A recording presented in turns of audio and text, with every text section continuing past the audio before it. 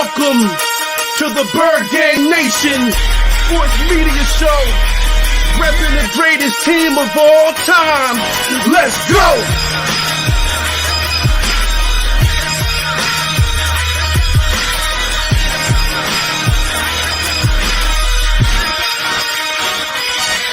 Bird Gang 31, he be the host with the most. We going deep, burning teams. They ain't nothing but toast. It's in your rest there. Sirianni put me in coach, running like Miles Sanders till I bumped my head on the post. Touchdown! Yeah, that's coming. Devontae's crazy route running. Jalen hurting them, throwing lasers to Rager, young gunning. Come on! On the D side, we ride, sack him with Fletcher, lay him out on the stretcher. No one can protect you. Watch Darius lay him, shutting down your routes. Come on! In my green John, eating Philly cheesesteaks. Put up your cups, wings up, if you can relate. Tailgating at the link like Gangsta Stride. To the Bird Gang Nation, that's worldwide.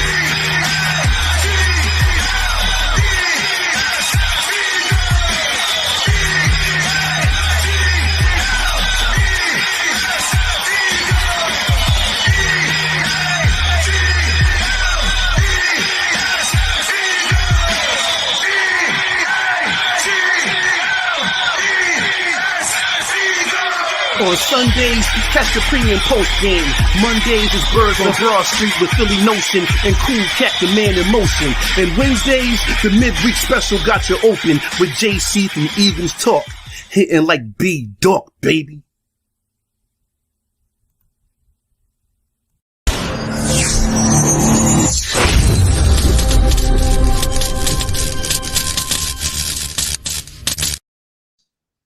Welcome to another edition of Bird Gang Nation Sports Talk. I'm your host, Bird Gang 31.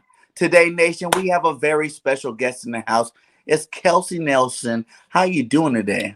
I'm fantastic. I have to tell you, I love the intro. I don't even know if I'm allowed to say that as someone who covers DC. You are allowed to say that. But it was fire. I love it. Excited to be here with you in a crazy week right now in the NFL. Yes, it is. Yes, it is. Go ahead and let everybody know, where you're from, how'd you get started, and things like that. Of course. So I proudly rep the DMV, East Coast girl through and through. And look, I grew up kind of in a sports world. So for me, sports was natural. So I always say my family's Southern. So I used to spend my school years in the DMV, but I would spend my summers in Jackson, Mississippi. So talk about having the best of both worlds. And so having that complex of being a daddy's girl with my dad going to Grambling State University. And I know many out there, if you follow sports, lots of talk right now happening in the SWAC with what Deion Sanders is doing with Jackson State and really revitalizing that program. But that's what I grew up with, black and gold, knowing about Doug Williams very early on. And I played a bunch of sports growing up, soccer, volleyball, basketball, pretty much anything, tennis camp. I always loved being active, Boys and Girls Club kid. So, I always was repping sports. And like I said, in the DC area, we have everything. And so my family would get free tickets to go to games. So I was watching the Washington Wizards, Washington Mystics, more of the glory days in DC when our sports teams were really good. So I'm talking about that Gilbert Arenas era, that Elena Beard, Coco Miller era with the Washington Mystics. So it was lots of fun, and went on to the University of Maryland, Fear the Turtle and Go Terps, liking some of the people that we're getting on the recruiting circuit. And then I went on to Georgetown University for grad school. So kind of just started freelancing, covering high school, then college sports, and then now covering professional sports. So it's really just been a grind. I've written, I've done TV appearances, radio, but really just found a niche for myself and found a voice for myself. And it was an honor and privilege to be able to do that in my hometown of Washington, D.C., and getting to do it in the nation's capital. And thanks for all the welcomes. Y'all are awesome. Appreciate y'all having me. Oh yeah, my people, they make sure they're welcoming over here. You know what I'm saying? We try to make everybody feel at home, even though we're talking about the rivals today. But yeah, man, I followed your stuff. I seen that very, very accomplished. You definitely had a lot of great shows over there. What you're doing on your channel over there, keep up the good work, man. I'm telling you. I appreciate it. What it is, it's a grind, and I know this show's awesome as well. So I also applaud you and keep up the great work that you're doing with your show and your entire network. I love how everybody now can create their own content for people to follow. Some of the fan content is some of the best content out there. So applauding you. Oh yeah, man. Oh yeah. So let's get to this game a little bit. It looks like you guys are playing with the B team. Yeah, this week. maybe You the know, same. you guys have like 20 people on the C list. I won't say, but see, I don't want to get in trouble. So we say the C list over here. How's that looking, with the local media? How are they talking about it over there? Yeah, so usually right about this time, I'm preparing, to do game hits, talking about the player matchups. But right now, none of us are doing that because we don't even know if we're really going to make it to Sunday and have a game Sunday. As you said, right now, the Washington football team and the Cleveland Browns are probably the two teams that are right now the strongest impacted by the COVID-19 pandemic. And then, mind you, Washington has a COVID list and a growing injury list. So you're looking at the guys on IR, you're looking at the guys on the COVID list. Right now, 21 players. And if you think about how many guys are on NFL roster, and then you're talking about trying to bring new guys in. 11 starters right now are going to be out for the game on Sunday. And so I think right now it's a much different feel than last week. Last week it was Dallas week. We're preparing to play the Dallas Cowboys. And then all of a sudden COVID hits us. And now it's like, okay, yeah, we're playing the Eagles, but we can't even think about that because we don't even know if we're going to get there. So we saw the NFL drop these new COVID protocols, but all of us are just closely monitoring the situation because, I know the National Football League is a next man up type of league, but geez, the Washington football team is going to have to really salvage their practice squad and sign some new people, especially look at the position like cornerback. And Washington football team is saying, hey, like, are we going to have somebody to go? So it's pretty scary times right now in Washington. I think everybody's just nervous. You think about also how banged up the team was last week after playing the Dallas Cowboys. You saw Taylor Heineke get injured in that one, even though he looks better. Terry McLaurin, we're trying to get J.D. McKissick back from that concussion protocol, and he already didn't play last week. So it's just basically it's chaos in Washington, which is nothing new because whether it's in sports or politics, there's always something going on in DC. But right now, Washington football team fans, they don't know what to expect. I have fans saying, hey, I used to play football in college or in high school. Like, if the team needs me, Kelsey, I will. Right? You're going to be going to the grocery store. I know Kurt Warner got that new movie coming out. You know what I'm saying? You guys going to be finding people in the grocery store. You played? Yeah, we need you. Come on out. You know what I'm saying? You only going to get a game check, though. You only going to get a game check. It's crazy, right? I know Philly as well is dealing with some injuries, but nowhere near as impacted as the Washington football team has been. So as you said, this is supposed to be a rivalry game. We're excited. The Washington football team ending playing division rivals. But I think many fans are just thinking it just might be unfair if the NFL forces this team to go as is in their current state with all of these impounding injuries and COVID-19 impacted players. Yeah, man. Do you think, what do you think? Do you think there's a chance that we don't even play the game? Because I remember when the season started, they said something about, if so many players get it, that you're going to have to forfeit the game. You don't get to replay it. You just forfeit it and move on to the next week. Do you think anything like that will happen this Sunday? Yeah, that's a great question. Let's remember the NFL is a business. Yes, I know everybody loves the sport aspect of it, but it is a business and it's a big money making business. So the reason why they said that is because they do want to keep making money. Fans are back in stands. These football stadiums are making money and nobody wants to see the postponement because you have to remember this NFL season right now is unlike anything we've ever seen. So many teams right now are in playoff contention or a game out of playoff contention. We have a lot of parity right now in the National Football League. You're looking at these rival games.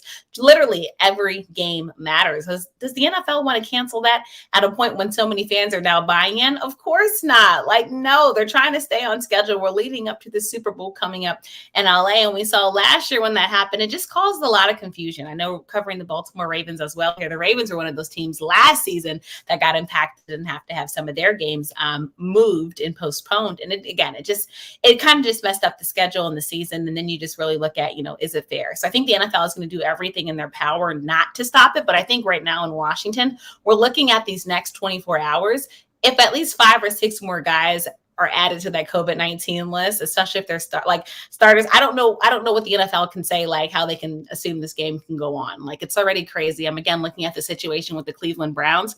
Now Case Keenum is about to not be able to play. So now you're looking at quarterback Nick Mullins. And so Baker Mayfield is already saying hey, what's going on? This is crazy. This is absurd. And I think that's what the Washington football team fans will be saying if this game is forced and scheduled to move on. But right now the NFL, they put those brand new COVID-19 protocols out, basically trying to do everything to say, well, look, this is what it is. And look, somebody has to make it work. So I do think we'll get it. The Eagles fans might be a lot happier going into this game. I am happy already. Washington fans, Dallas, you did your job. I want to watch them knock off some Dallas players too. But Dallas did your job. You heard some people that was good. I don't wish harm on anybody, but I was happy to see that some people came banged up out of there. This is a playoff run. You need all, And look at the advantages NFC you can East get. right now. It's a close right now in the NFC East. So, Washington, of course, wanted to beat Dallas last week to make it a bit closer. But right now, the NFC East, people aren't laughing like they were last season at the NFC East because they're looking at the Eagles. They're looking at the Washington football team. And again, two teams that, depending on what happens, they could get into the playoffs and possibly make a run. Facts. It's crazy. It's crazy. 3 teams already. You're sitting here, 3 teams making a push. And I think the only other division in the NFC East right now is what the ones with the Niners, the Rams. Yeah, what's that? That's the West, the NFC. And this is what I'm saying. Like, it's crazy when you think about it, because right now in the NFC and AFC, there's still a lot of playoff spots up for grabs, which is just crazy when you think about it. So again, this is why these last couple of weeks of football, and we're in this last quarter of football, right? Entering week 15 of the NFL, but it matters and it means a lot. So this game is going to matter for both teams, and both teams are going to want to get this win, especially these divisional games, right? When you're looking at seeding and who can come out on top. So it's a big one. It's a big one. Taylor Heineke, I know Jalen Hurts is also somebody that's also being monitored, but man, Hurts might not even be playing. But we got Minshew. Many names? We got Minshew. He won last week. He I won last week. So with his dad again too. Maybe I'll get the win. That was an epic moment, that celebration with his dad. Well, let's see here. We're going to talk about some of the players actually, but we had a question for you. It says, Kelsey, how did you become a Washington football team fan? Obviously, you heard her say she grew up there, but I'm gonna let you answer this question. And who's your favorite players on offense and defense, and do you own any jerseys? This is a great question. So, fun fact, I am from Maryland. I'm a Maryland girl. Crab cakes and football. That's what Maryland does. So I actually grew up a Baltimore Ravens fan, but I cover the Washington football team. So I do want to put that disclaimer out there. But if you know about the DMV area, DC, Maryland, Virginia, of course, I supported the team very early on, and that came from Doug Williams, quite frankly, being a Grambling State guy. My dad went to Grambling State. He's part of the Gramblinite family. And so just kind of early attached on. And also, if you've been in Washington and you know about the Hog Days era and the Joe Gibbs era, I actually had a chance to meet Joe Gibbs when I was working for NASCAR. And of course, Joe Gibbs now is on the NASCAR side of things with his own racing team. It's hard not to support the Burgundy and Gold, have lots of former football players that also are colleagues and friends now. So very easy to support the team. All-time favorite player. Of course, I said Doug Williams is the early one just because of the way I grew up, Southern family and knowing about Grambling State. And defensive-wise, you got to think about somebody like Sean Taylor. May he rest in peace. Jerseys I own, I actually only have one Washington football team jersey. All right, folks, because again, I grew up a Ravens fan, so I have much more Ravens. Who is it? McNabb. Just say McNabb or D-Jax. I do like D-Jack. I wish I could say either one of them, but you know what? It's actually an Alex Smith jersey. Oh, well, Alex gets the nod too. He was good. But yes, many more Ravens jerseys in the closet. I needed to get more burgundy and gold. I have a lot of Washington football team memorabilia because I worked with the Washington football team last year. But I guess I did need to get my jersey game up. And so Christmas is around the corner. So hey, if anybody wants to gift a girl, I'm open for presents, right? You'll take either team, right? Either team. Dougie Williams, I like that. Yeah. So you guys heard her. She wants for Christmas. She's a Baltimore fan, but if you want to give her a Washington football team jersey, she's down with it. Why didn't you become an Eagles fan? You know what I'm saying? That's in the same little area over there. Well, I was curious about you because you say you're from Cali, right? You're from Cali. I'm from Cali. And you became an Eagles Cali boy. I think is so interesting. But for me, it's so funny. I feel like Philadelphia is its own little hub. Again, I'm a homer, so I always grew up rooting for the home teams. Orioles fan, obviously love the Washington Capitals, all the local teams, Washington Mystics and things. So I think Philly has always kind of had those fans that we just love to kind of have that beef with. Y'all do have the best cheesesteaks, but everything else, you come to DC for. Yeah, man, Paps. Definitely shout out to Paps. I've had some Paps cheesesteaks. They're awesome. They're awesome. But yeah, I'm from Cali, like you said, I'm from Cali, but I am a diehard bleed green Eagles fan. Like I tell everybody, I didn't like pro football, at first growing up. It was too slow for me. The So whole you like game itself, college. college football had more options. Watching guys like Mike Vick, Oh, Donovan McNabb, these yeah. quarterbacks, Peyton Manning when he was at Tennessee, Yeah. I was like, man, that's a lot more exciting, a lot more fun for me to watch, So, and I'm a huge USC fan, huge, like Trojans all the way. That's my number one college football team, and they Nice. always will be. Even though we've been struggling for a while, ever since Pete Carroll left, him and Reggie Bush just left us hanging. But we're not going to talk about that. But yeah. So I You remember one day, college football is my so dad much was like, fun. "Why don't you watch more pro football?" And I was like, "You know what? It's too slow, Dad. He's like, watch this team right here. It's the Eagles. It was Randall Cunningham. He was playing against the Dallas Cowboys. You Yes. know what I'm saying? And I remember just watching him move. I'm like, okay, I can get with this team. You know what I'm saying? Randall Cunningham, he was running around the field, throwing, making plays. That defense was strong, tough, fighting hard. And I was like, man, that is a nice football team. So I watched him for a couple more weeks. And then from there, I'm like, you know what? That's my team. That's my team. I'm not going to rock with anything else. All my Cali friends are either Niner fans, Cowboy fans, Raider fans, Right. Charger fans, But I was like, just to be the different guy, I'm going to stick with the Eagles, It's man. good I'm going to to stick be with the different. Eagles. It's good to be different. Like you said, be your own person. And like college football is electric and exciting. And I think much Mm-hmm. like you, I enjoy college football a lot and college basketball. I mean, I went to so many Mm-hmm. games, especially in this area at Cole Fieldhouse, and then now, of course, Xfinity Center. And you guys know, remember Maryland basketball, especially was in the ACC. Lots of fun times. But much like you, I just love the pro games. Like I remember going with my dad to Ravens training camp. They used to do it at McDaniel College in Westminster, Maryland. I remember meeting guys like Ray Lewis and people at these camps. And it's like, you remember that. I remember in sixth grade, I had a chance to meet the Manning family, Archie and Peyton.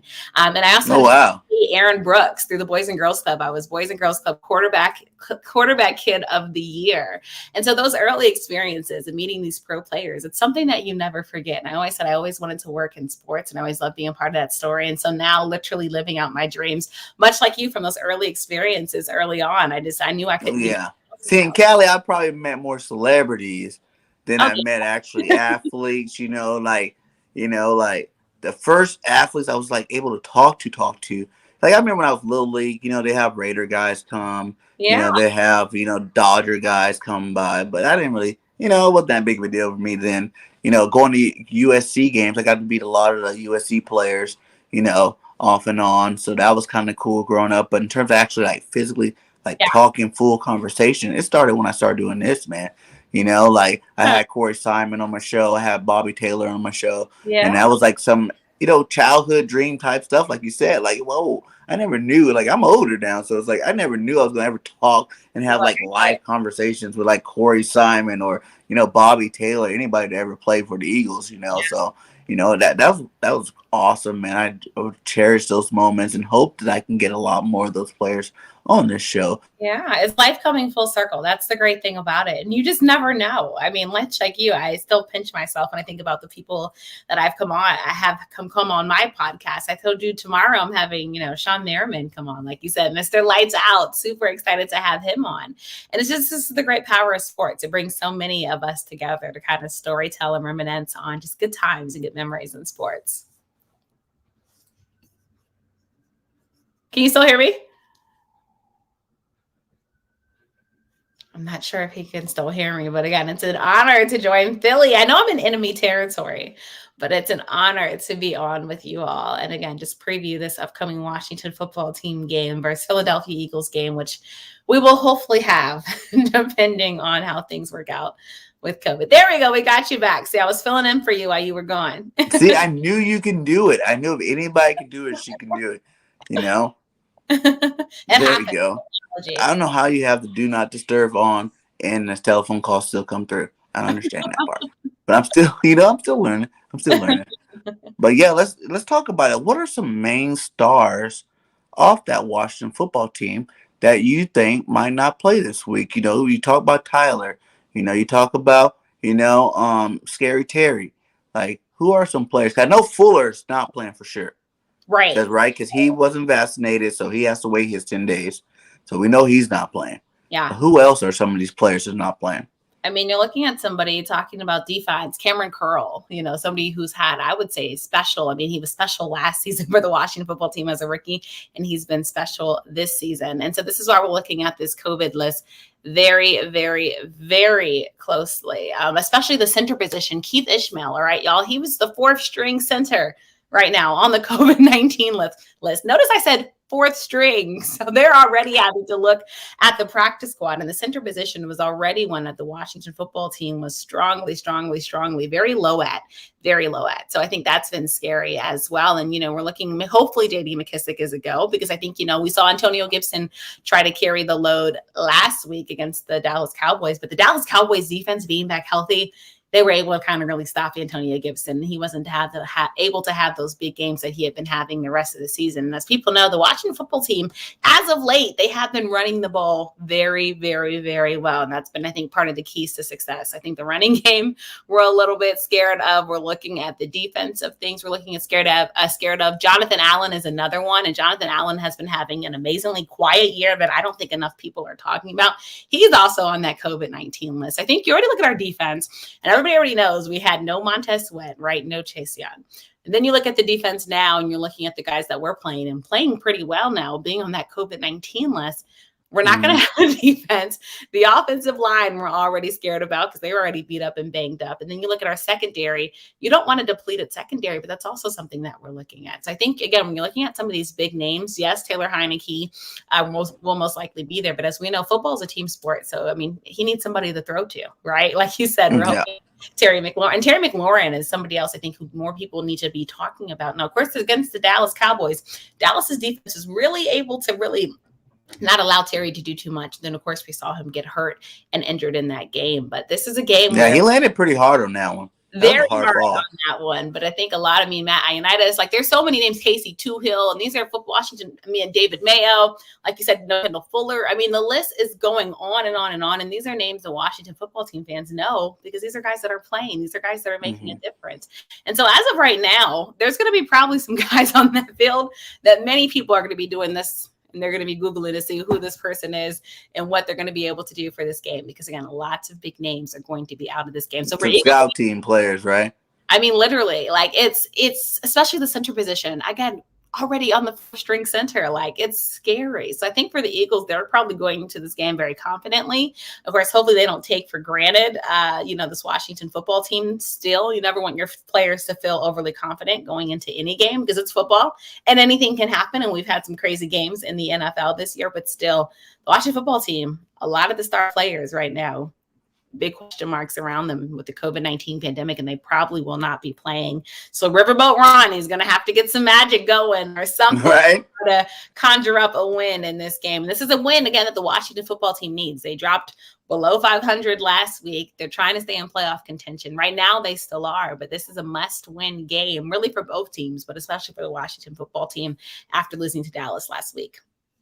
Okay, I'm getting some signal here, problems here. I can see that you are clear, but give me 1 second. I'm going to pop back in and out, see if we can clear this up real fast. Okay, sounds good. Again, well, hello, everyone. I'm appreciating all the comments coming in on the show. All right, we got you back. All right, let's see. Is it me? Do you need me to pop No, out? you're fine. You're fine. Okay. You haven't blocked up. I think since that telephone call, it's been slowed down a little bit.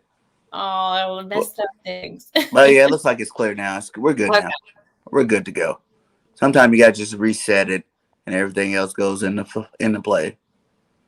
But we got some questions here. Up to this point, which 3 Washington rookies have impressed you the most?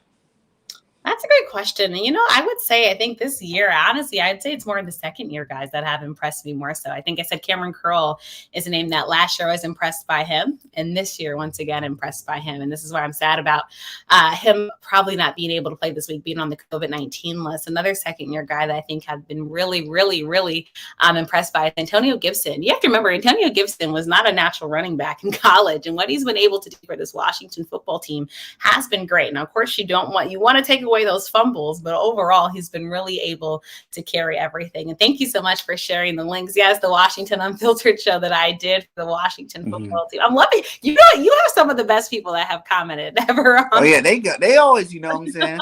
You know, Miss BIRDGANG, Grant Kazir, they're some of the best moderators you could ever have on your show. I couldn't even get as far as I am without them. For real, like they make sure all the links are good whenever you have visiting fans in. You know, they always feel welcome, you know, because, you know, this show, we might talk a little stuff, you know what I'm saying? A little batter, you know, but other than that, we're not really, you know, one of them crap talking stations over here. We like to keep it football based, you know what I'm saying? Like keep everybody feel welcome. I want fans from everywhere. You know, I don't care what team you like. As long as you come hang out with me, we can talk some football. That's always a good thing. I love it. And speaking of matter of fact, I have to give y'all a shout out because Kelsey, in that recent speech for the Walter Payton Man of the Year thing, I think that was amazing. I really do. I thought that was truly amazing and just excited to see that. So shout out to all the guys that were nominated for the Walter Payton Man of the Year, nominating for their teams. It's so important that these guys give back to their community. So I did want to give y'all that shout out. Yeah, he was emotional. I was like, whoa, Kelsey's crying. Hold on, you know, we see a man that big crying, you know he's serious. You know he's serious. That was a very good speech he did today. Was it this morning? Yeah, it was great. It was yesterday, I think, right? Yeah, the 15th. I thought it was that it was great. I had to shout that out. So not all of us Washington football team fans are haters. Yeah, I told you, you know, you got a little Philly in you. You got a little Philly. You got some love for us.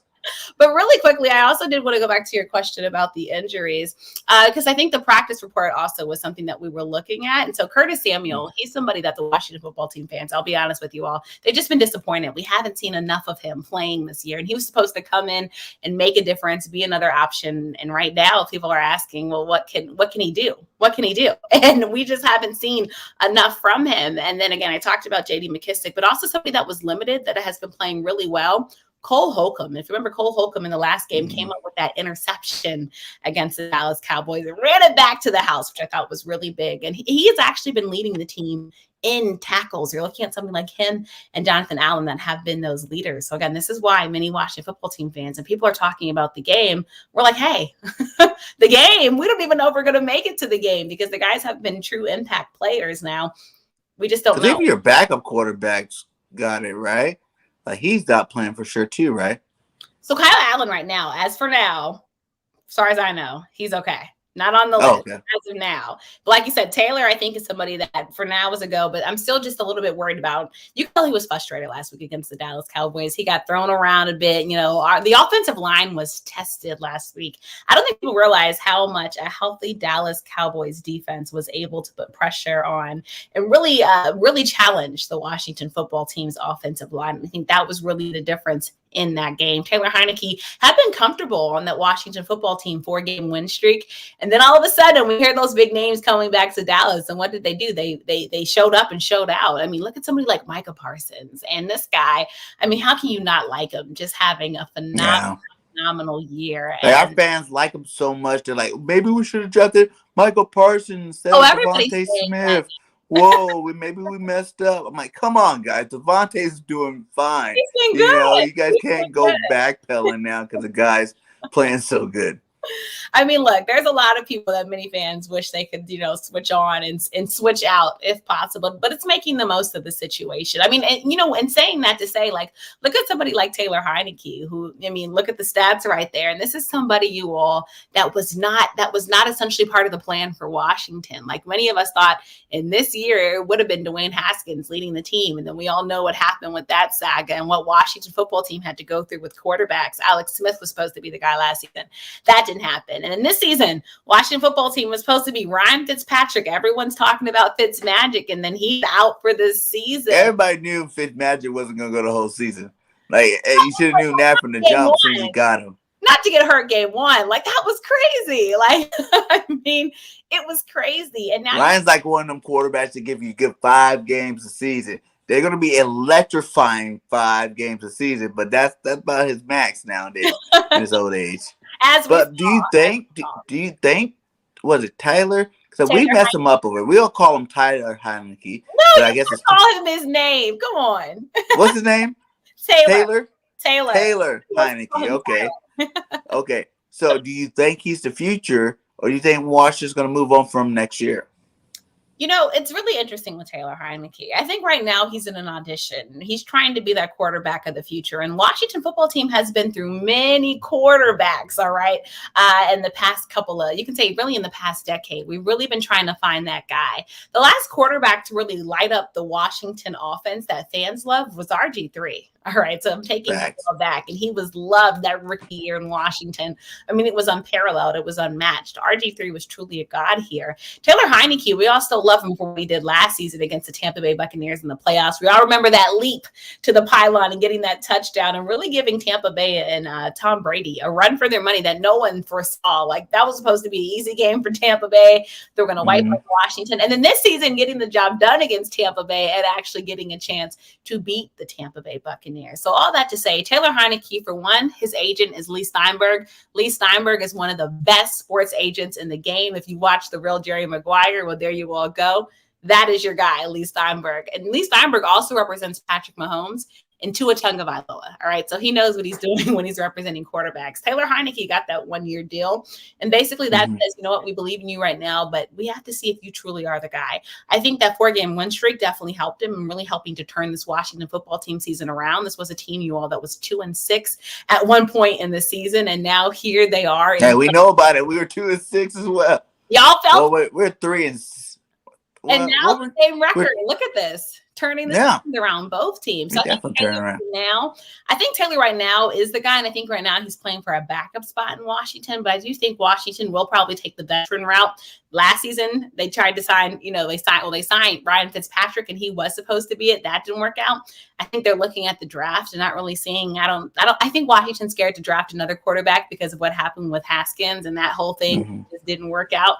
But I think Taylor Heineke wants to be that guy. But I really think in the pocket, you want a big, tall, strong quarterback that gives you just different looks. Now, Taylor Heineke shows he can scramble. He can get the ball down the field, but I think he's still in a learning mode. And I just don't know if Washington. You guys don't want Minshew? Because we would like to get rid of him so I can stop hearing about Minshew Mania. He can go over to Washington. He could be Minshew Mania over there. Do you think he's a better quarterback than Taylor? I don't think that the Washington football team is going to be bringing to Washington. If anything, because of Ron Rivera, and because of how good this young team is. Remember all the young guys on this Washington football team. They're going to look for somebody that really can be that franchise quarterback of the future. So I think Taylor Heineke, I think he's playing for a spot in Washington, but also maybe a starting job somewhere else. I don't know who I like in Washington right now. We got to see who's open. I'll be honest with you. Many fans really thought that it would have been nice to see Cam Newton here, but for some reason, didn't want. I was thinking that was going to be the move by Ron. Yeah, for some reason. And then you see what's happening with Cam now. Cam had that great game against the Washington football team against his return, and now we're seeing him get benched, right, for the Panthers. So it just seems like some things are happening there. But all that to say, I think the Washington football team is truly dedicating itself to a younger quarterback that they can really groom to be the quarterback of the future. Will it be Taylor Heineke? I don't know, but I do think he somehow finds a way to stay in Washington. I do think he'll be somebody that we continue to talk about for the future. He's sure playing like it. Last game wasn't the best to help him, but he's sure playing like it. What name or logo? That's a great question. So I've said this all the time. Being a DC girl, I want something that really speaks to this area. I want something that really, when you hear it, Washington people will know that it represents them and it's our true identity. So if you know about the history of Washington, DC, and our Washington Wizards, that name was switched from the Washington Bullets because, of course, of the bad violence that we had in DC. So they actually let fans vote on the Wizards name. And that was a name actually that was picked by fans.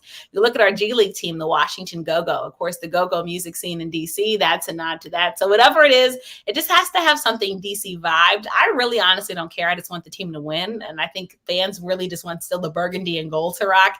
I do kind of like our HTTR hashtag. So it would be something nice if it started with an R. But honestly, I wouldn't be surprised if it stayed Washington football team, just because I think, they know any name they pick, there'll be a little bit of controversy behind, because this is a storied franchise with a passionate fan base of people. So it'll be interesting. But yeah, anything that's a nod to DC and DC culture, I will be happy with. I don't want it to be something random that nobody knows about in this. I had two pretty good content creators, what I'm saying? Shout out to On the Warpath and Rambling with Rio.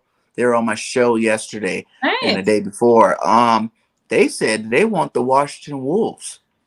You know, it's so funny. So I did so they can be like howling in the stadium. Red Wolves You know is what a I'm name saying? that has picked up traction. I will say that. So Fred Smoot has been one of the people that have been leading that charge for Red Wolves, and he will say it on any interview if somebody asks him, and we'll start doing the howling. I'm not I thought opposed it'd be a to good it. idea, right? You could have your whole stadium like howling, at the same time. Everybody be out there, woo, I'm not opposed to it. You know what? I went to a high school. We were the Coyotes. And so I come from a background where we would howl at football games. So I wouldn't be opposed to it.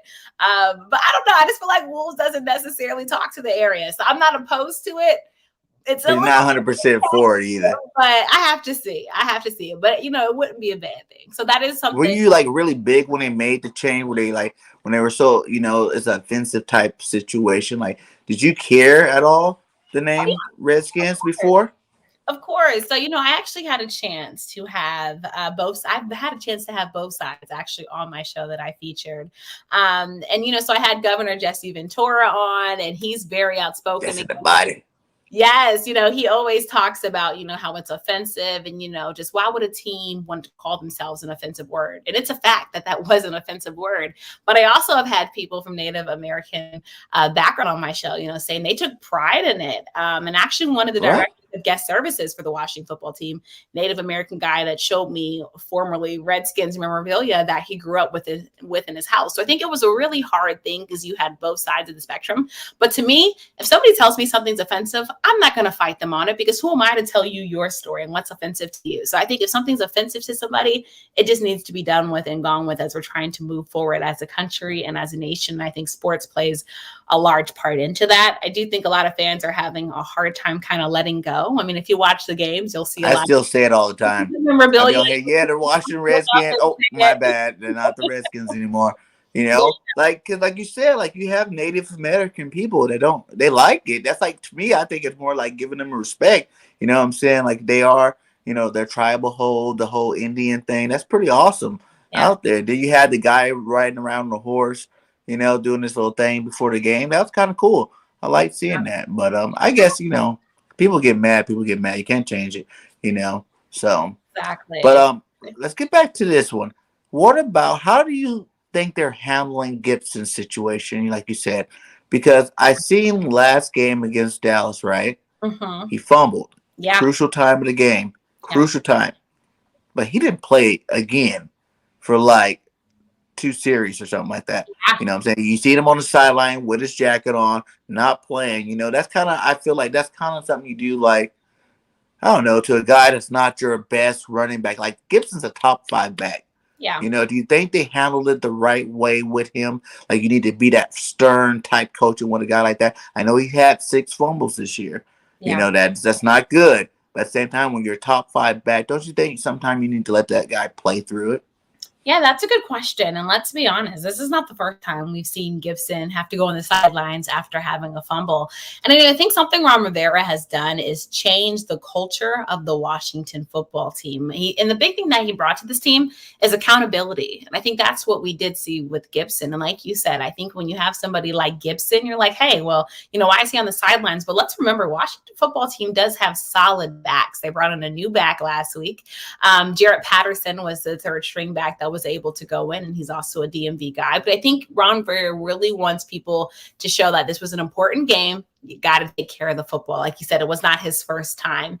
So, am I going to question Ron's decision? Yes, I would have liked to probably see Antonio Gibson keep going because he's been having a solid year. But at the same time, better believe when you're on the sidelines, you're thinking a lot about that mistake that you made because you're not going to want to be there again. So I think it's an interesting tactic, but I do think it can work because as you see after that, I feel like, I think he's just going to have much better ball security. Of course, he didn't want to fumble. It wasn't purposeful. It was a great defense by the Dallas Cowboys. But again, Ron Rivera making sure that these players are accountable for everything. And this was a big game. Now, something I think that was interesting, though, some people were like, well, how come he's not benching Taylor Heineke, right?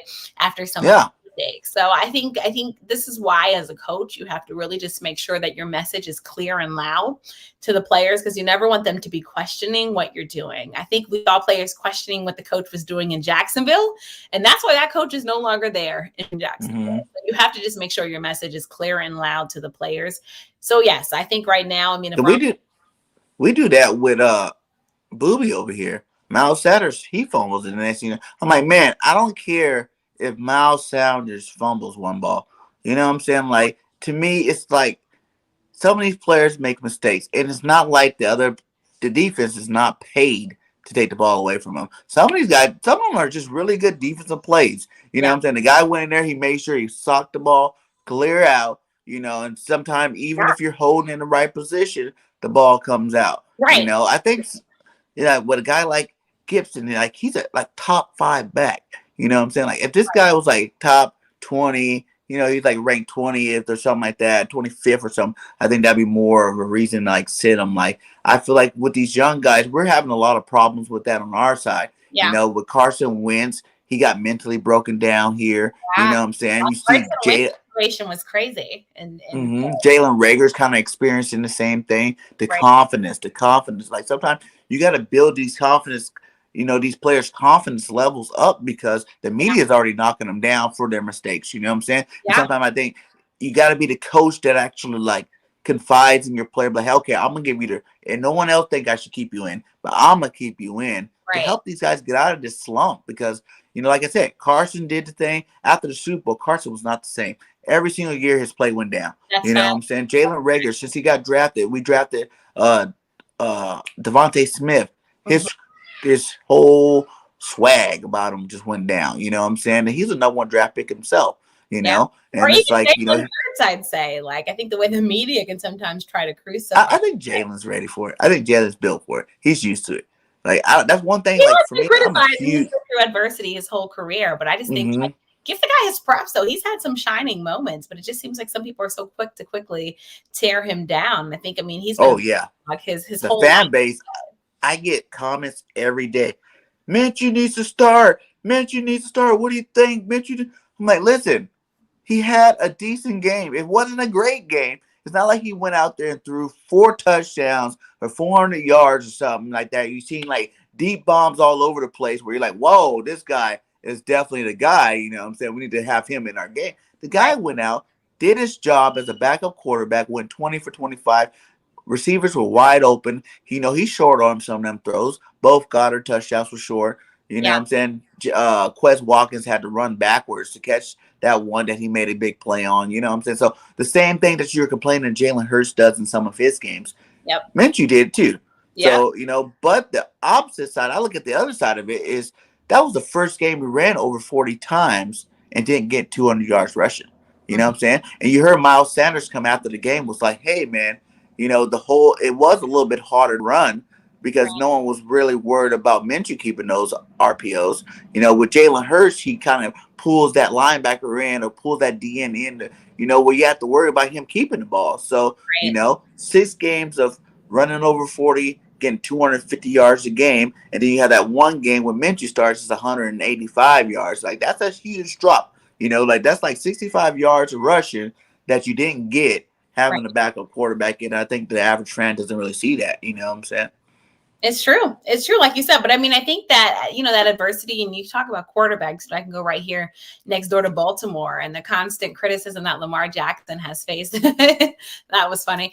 His entire career. And Lamar, is an MVP now, right? He's had an MVP season. He's been able to transform the Baltimore Ravens. And while I know he's not playing great as of late, Lamar Jackson is still a special player, but there will still always be those people that try to criticize you and get mentally in your brain. And this is why football, it's so important that guys have it together kind of full circle, right? Because as you said, the fans can eat you up alive. Like sometimes the guys aren't checking their mentions after some of these games because, fans will sometimes tear you to shreds. And it's like, look, for the love and for the hate of football. But, you look at Carson Wentz, right? And the new system that he's in now in Indy.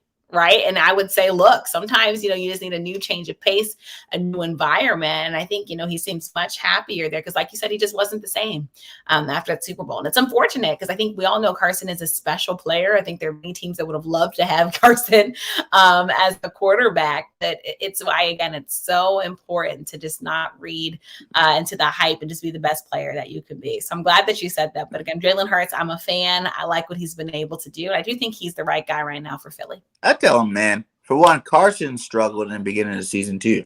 Like everybody struggles in the beginning of the season. Like that's just what it happens. Everybody, right? You have to kind of get into the flow of things, right? Like, You don't just become Patrick Mahomes overnight. You got to get into the flow of things, and you just continually get better. And even Patrick Mahomes, if we're being fair, look at how he started this season, right? Everybody's also entitled. He was struggling big time in the beginning of the season. Yeah. And I haven't even tuned into the game that's happening now, but you see how the Chiefs have hit a stride now. And now we're talking about the Chiefs possibly being on top, of the AFC. And it's so important. Or even look at Mac Jones and how he surprised so many of us. And, Mac Jones, I'm not going. I'm in Alabama. I knew Mac was going to ball out. You know what I'm saying? If he would have went to any other team, I don't think he would have been good. But since he went to that system where Bill Belichick, he's like a better version of Tom Brady at that age. I'm not saying he's going to be better than Tom Brady. I'm saying at that age, coming into the league, he's a little bit more polished than Tom Brady was coming into that system. And Bill Belichick was licking his chops when he got to that draft board to get Matt Jones in the building. He was still there. Or look at somebody like Trevor Lawrence, right? I think if he was in a different system, right? Of course, Jacksonville, it kind of sucks sometimes. You're the top player and then you go to the worst team. But, if you happen to be in the right system, would Trevor Lawrence be finding more success with another team, right? Like put him into a different system with another team, and would we be seeing much more from him? Of course, we just don't know, but I'd say probably, right? If you have in the right system. And of course, in Jacksonville, there's just a lot of dysfunction around him. And this is why I think whoever they pick as their next coach will have to be a very strong offensive mind to really help Trevor be the best quarterback that he can be if he's going to have longevity in the National Football League. Do you not like, because the one thing I don't like about the NFL these days is like everybody's impatient. No one, you look at, like you said, all these quarterbacks, like I argue with people all the time on my show because I'm like, listen, guys, Jalen Hurts is top 10 stats ever that played the position. You know what I'm saying? Every week you hear about Jalen Hurts breaking another record.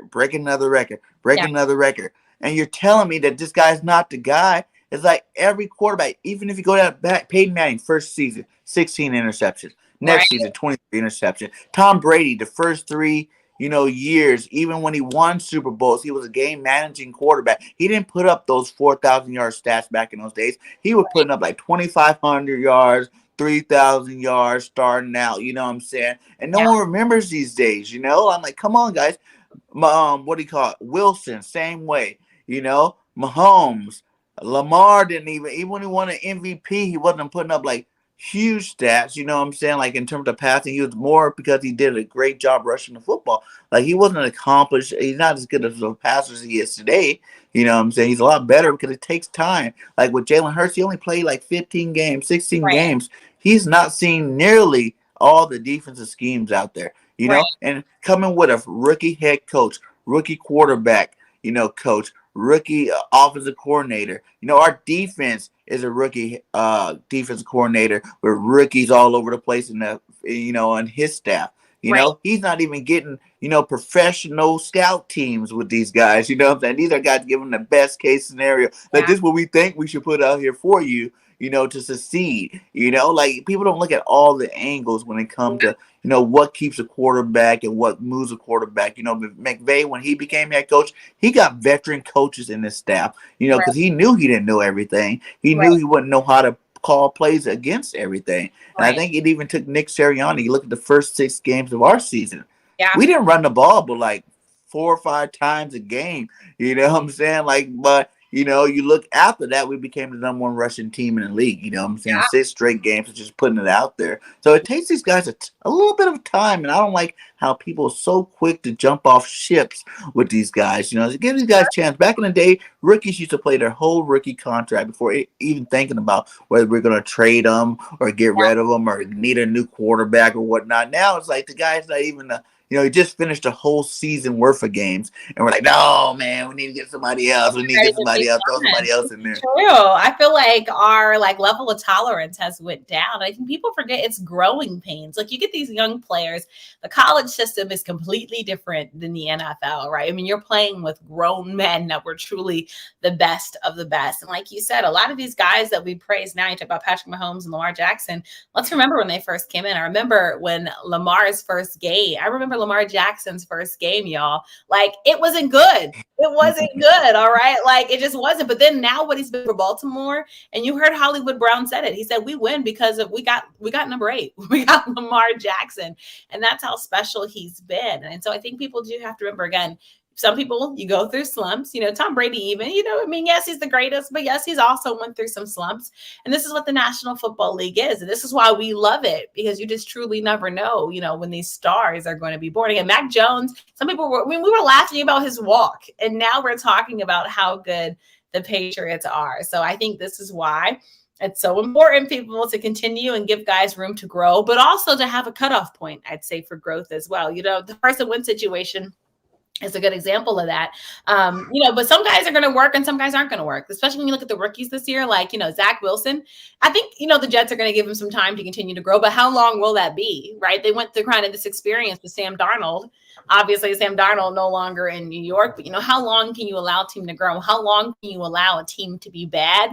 There's just many different variables that you have to consider. And some teams need you to get better a lot faster. Again, that's the reason why Dwayne Haskins is not in Washington anymore, because they tried to give him some growing room and room to grow. But Washington also needed to win, and they needed somebody sure in the pocket that they could trust. And they just didn't feel like he was that guy.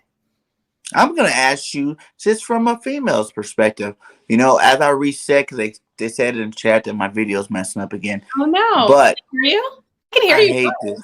Okay. No, they said they can hear me fine, but the video's getting choppy on my end of it. Okay. But I want to ask you, just ask your perspective, like, how long do you think it's good for a team? Like, I know you're not the GM or nothing, but like, if you were to say, how long, if you were to draft a quarterback, how long would you really give this guy, unless he's complete trash from day one?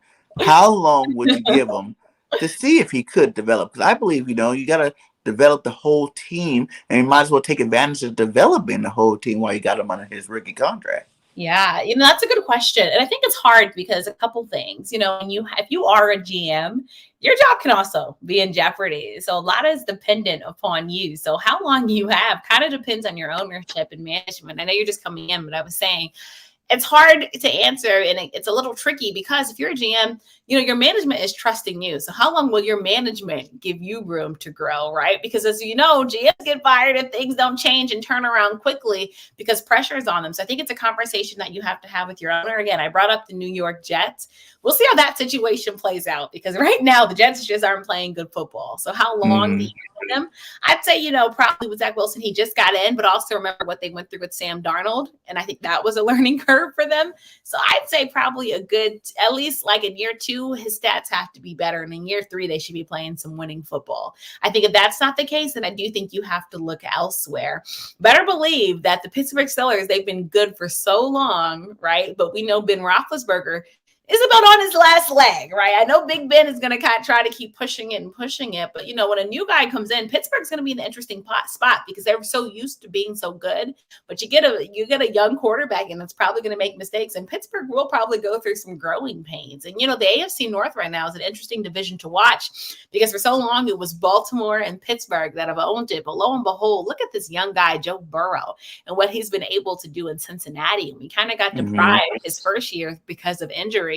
But now we're seeing what he's been doing. And for him, I'd say truly his ceiling it seems like it has no top. Like Joe Burrow is just special, and with the weapons around him, they're going to be really good. And so I think Cincy is allowing him some space to continue to grow, but it also was happening pretty quickly. So I think Joe Burrow and kind of Zach Wilson is an interesting parallel to look at because two quarterbacks that just kind of are on opposite ends of the spectrum. In Cincinnati for a while, they, no one took them seriously for the last couple of seasons because they weren't doing much, but now they are, and they're a team that has us talking.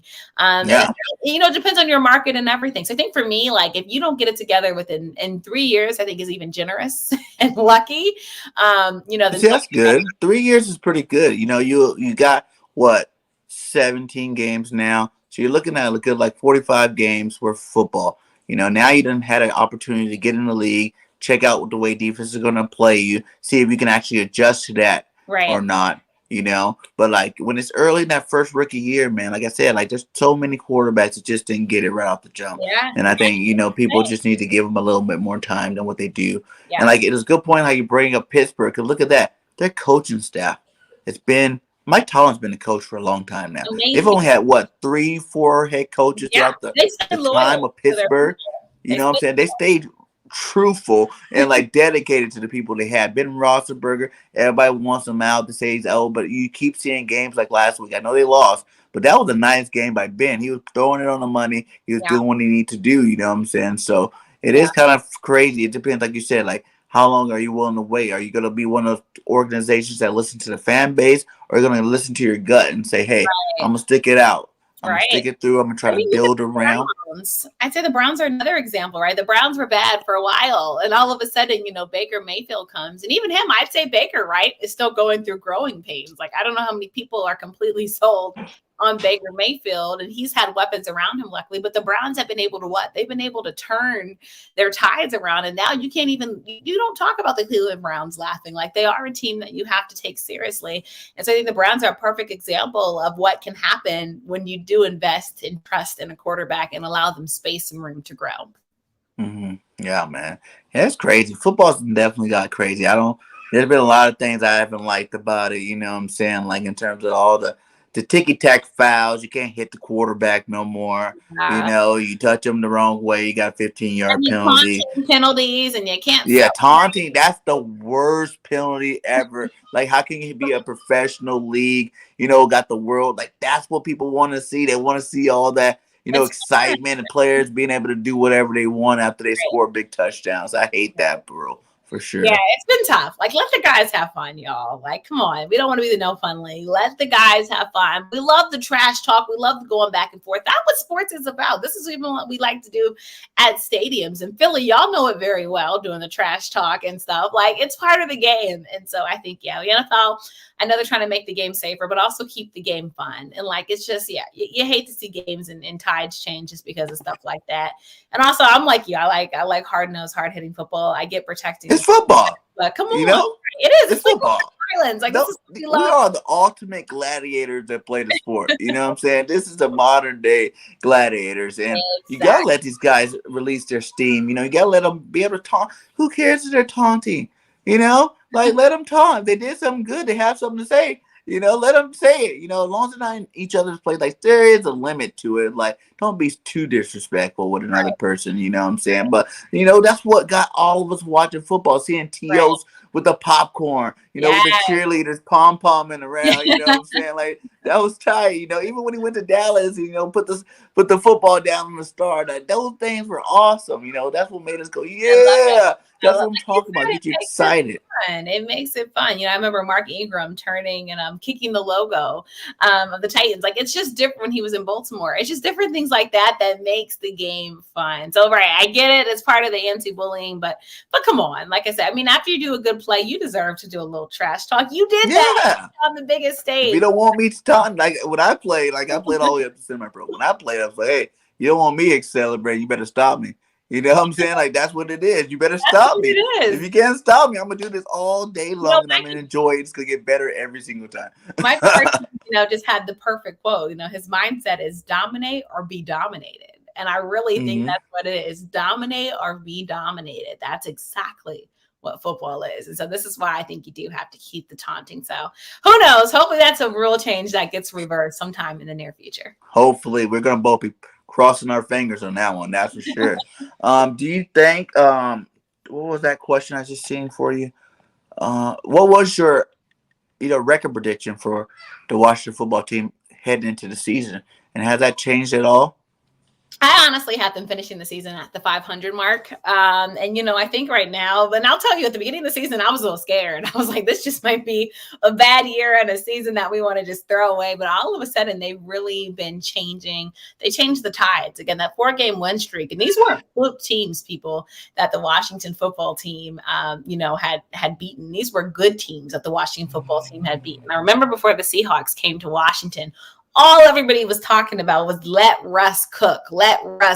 And guess what? He cooked absolutely nothing, because the Washington football team, they showed up, and they showed up big, and they showed up in a big prime time way. And so I think all that to say, I think, you know what? I think it's hard to say if my prediction has changed, because, right now with the way injuries and COVID-19 is, the Washington football team is, I don't even know where things will go.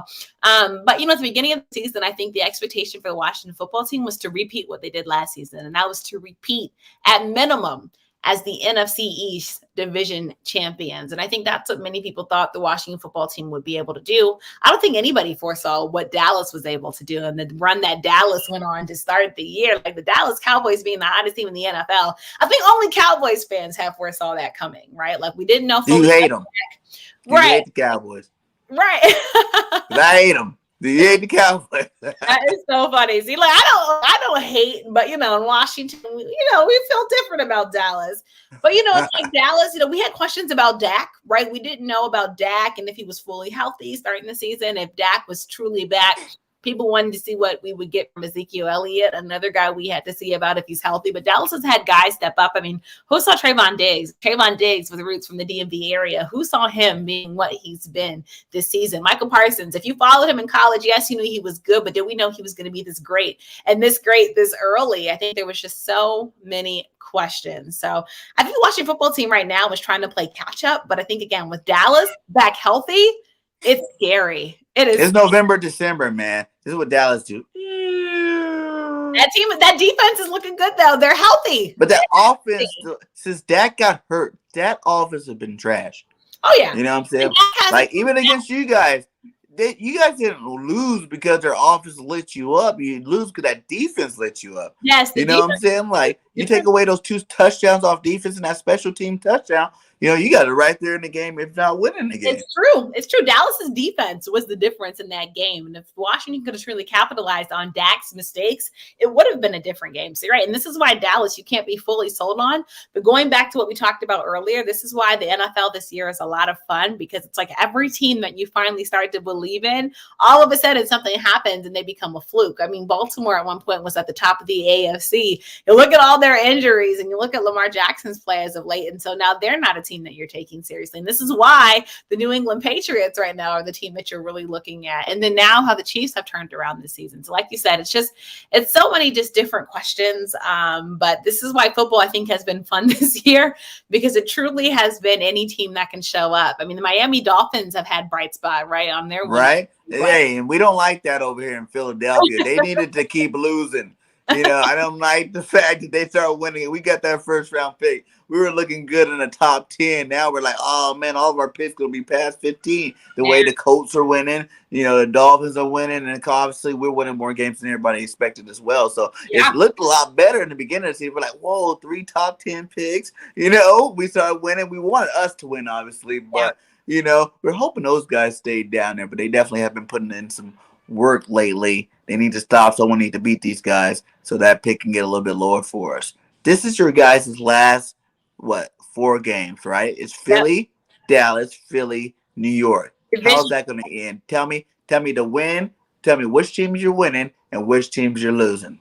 Ooh, so that's a good one. Well, Philly right now with the COVID list and the injury list, I would say y'all are definitely winning that game, and it's just unfortunate series of events for the Washington football team. But again, I can't downplay how much Washington is in trouble with all of the guys that they have injured. Dallas, and I think it depends on if the Washington football team is healthy and gets some of their guys back. But I do think if Dallas played the way they played in that first series, but Washington will be in Dallas, I do think is honestly a game that the Washington football team could possibly win. But again, that depends on the health of the Washington football team and who is going to be shown on that football field. But best believe it's going to be a revenge game for Washington. Right. They're mad about those benches being brought into Washington and having to stare at those benches in Washington. They're mad about what the team did to them on their home field. And so best believe the Washington football team will take that game personal. I think the next game that you see the Washington football team playing, like you said, Philadelphia, if the team is healthy, I do think that will be a good game. But I do think that's a game that the Washington football team could win. And the Giants, honestly, they're an interesting team. The Giants are a team that you can't ride too high for, but you can't ride too low for. And they can surprise you. They can truly surprise you. But you know what? Last season, the Giants were that team that were the kryptonite to the Washington football team. Better believe they're taking it personal this year. So I do believe they can beat the New York Giants. All right. So 2-2. Beat the Giants, the Cowboys, Eagles win. Let's give me I love how win twice. I think, but you know what? The Washington football team, maybe the second time around again, if they're healthy, that Eagles game could be a win for the Washington football team. But we definitely gonna have to talk about that one. Let's give me a score. Give me a score prediction. All right, so I have y'all winning, and if we don't have a lot of the players that they're saying we're not going to have, this could be a bad game. I'm going to give y'all a lot of points in this one. I'm going to say 31, 31, 31. 31, 17. You know what? That was my score prediction too. And then I went up to 35-10 because when I seen the COVID list, like that was my score prediction before the COVID list came out. Then I went up to 35-10 when that list came out. It's so brutal. You know, I feel for Washington. So fans right now, they're just hoping for like a team to show up and however they show up. Hey, but we're just hoping a team can be able to field the field. And I know you got to get out of here, but we're going to go ahead and do, I know since you are covering the Washington, we talked about them, but you are a Ravens fan. So I usually do an all-time team, but I know we got to get you out of here. So just give me some of your favorite players and moments with the Ravens. Oh my gosh. So some of my favorite players, I am a defensive-minded person. So Ed Reed is my all-time favorite Baltimore Ravens player, obviously one of the best in the game to ever do it, a true ball hawk, and was privileged to be able to watch his greatness. Of course, Ray Lewis, point blank period's got the statue outside the bank for a reason, and Ray Lewis and what he did for football. Even now, when Ray Lewis comes to games and does his little dance, like everyone still gets excited. I think everyone remembers how Patrick Mahomes got excited visiting as an away team, watching Ray Lewis come and do that. I remember, I like tight ends too, so Todd Heap, also another one of my favorite Baltimore Ravens, just glory days, and loving what Mark Andrews is doing, by the way, in the tight end position. Again, just really fun. And, you know, Ray Rice, of course, you know, just the horribleness that happened. But him as a player.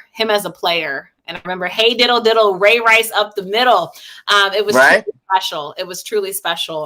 They should have brought him back. Ray was good. You know, I know he made a mistake. He did a lot for the community. And I know he made a mistake, but I didn't think it was a mistake that he should have stayed out of the league forever. It was tough. It was really tough. Mm-hmm. You know, I think, and it's a very unfortunate event for him. But I think, you know, we look at the Ravens, Jacoby Jones, another one of my, like, Kobe. Just a fun guy. You think about the Ravens good run. I'm a Terp, so you know I got to shout out Torrey Smith and what Torrey. Hey, we got to shout out Smith too. You know what I'm saying? He did his thing over here. Yes, exactly. So Torrey Smith. I mean, there's so many, and I'll tell you, Baltimore is just special. I mean, oh my gosh, I could not forget Ball So Hard University, T Sizzle, Terrell Suggs. Like Baltimore for a long time has just had so many great leaders and great players, and so it's easy to see how I'm a Maryland girl that loved her team. But again, Baltimore. I mean, there's so many players that we love to remember. There's players that we also don't like to remember as much, like Kyle Bowler and Billy Cundiff, but we won't go into those guys. We ain't going there. But hey, you guys give Eagles some love for giving you guys your coach. How about that? Yes. And John Harbaugh has been and John Harbaugh has just been so special. You know, I thought it was so special the year he won Coach of the Year and Lamar winning MVP. And he's really, and shout out to Jim Harbaugh as well for getting the job done at Michigan. But all that to say, John has truly been the guy for the Baltimore Ravens. And I think the trust that he has with Lamar Jackson has been unparalleled. You know, like now it's like Lamar's like, hey, you want to go for it? Lamar's like, yeah. And John believes it. You don't see that trust by everyone. And I think John is truly a player's coach, but I mean, he's beloved in Baltimore. Like if John Harbaugh's paying for food in Baltimore, I'm like, who is this restaurant and why? Like people love him in the city of Baltimore. And he's really been able to keep this Baltimore Ravens team being one of the top teams in the National Football League time in and time out. And the guys trust him. They love him. If you talk to former players in Baltimore, everybody loves playing in Baltimore. They love being at the Castle, their practice facility, and they love playing at the bank. And John Harbaugh is a large reason why. It's like he said, thank you, Philly, because he's just been real. I told you guys I was going to get some love, Philly love out of her today. Steve Biscotti has a true jewel in head coach John Harbaugh. And the job that he's done. And, you know, we think about Baltimore, though, overall, like from top to bottom, they've been solid. Like we loved Ozzie Newsome when he was here, and what a gift it was for Ozzie Newsome, his last time in Baltimore, to be able to pick Lamar Jackson kind of as like a parting gift with that last pick in the last round. Just real special. So lots of people that have been through Baltimore. I wish he never retired, because that's who I think will be a great GM for us. You know, we had Ozzie in our camp, you know what I'm saying? I think our team will be a lot better because that guy knew how to pick some players. Ozzie is one of the best. Great players. Yes, like unparalleled. One of the best. It's funny because I've heard his name mentioned. Some people like, oh, Ozzie in Jacksonville. I'm like, no. But yeah, Ozzie is true. Like, I mean, having somebody like Ozzie is just, it's a jewel. But like I said, from top to bottom, Baltimore has been special. So like the job that Wink Martindale has done on defense. The players love Wink Martindale. He'd be rocking his little gold chain like the players on the sidelines. But you think about Baltimore in so long, they've been like a defensive-minded team, and they just continue to be great. So again, it's hard. I don't think you can hate the Ravens. Like, again, they've had so many great players come through the ranks over the Anquan Bolden. Like, there's so many Ravens name that I truly enjoyed watching. Even Crabtree plays some good games there.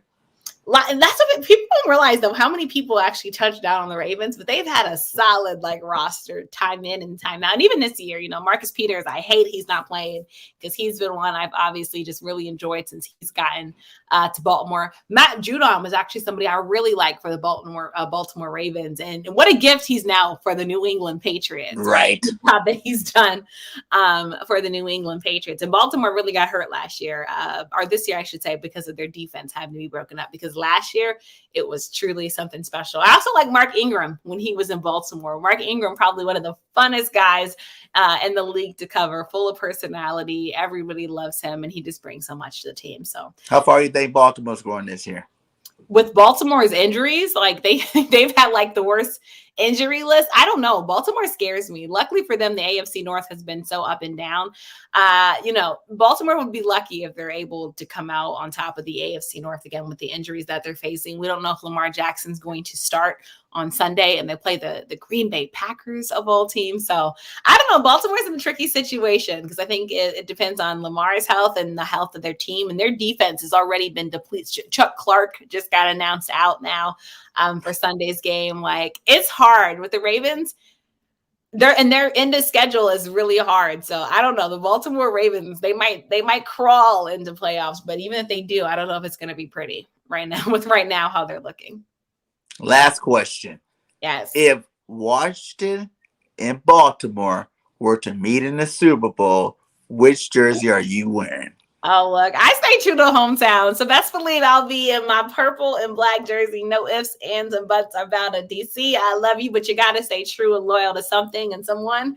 And for me, that's the Baltimore Ravens. So it's no point. I remember the 2000 Super Bowl, remember 2012, and it was special. It was truly special. So sorry. And look, when they which jersey are you wearing? Ooh, that's a good question. You know what? I'm going to rock with Lamar. I've been such a Lamar fan since he's gotten to the league. Lamar, his motto is nobody cares, work harder. And I think he's been such an underdog, and people have continued to underestimate him. And he just continues to be great and really change the game. Lamar is truly changing the game of football and how we look at the quarterback position. Oh, I appreciate the comment. Y'all are awesome. So again, I thank you so much for just having me on. It was fun. I know I'm in enemy territory, but y'all treated a girl right. So I truly appreciate it and looking forward to the game on Sunday. I told you it's welcoming. It's welcoming over here, man. Definitely, if you get any time the next game, you always welcome back anytime you want. Like I said, go ahead and let everybody know, even though Grant just let them know, but let them know, all the shows that you're on and where they can find you at. Of course. Well, thanks again so much for having me. Everyone can follow me on social media, The Real King Nelson on Twitter and Instagram. On Facebook, just check me out, Kelsey Nicole Nelson.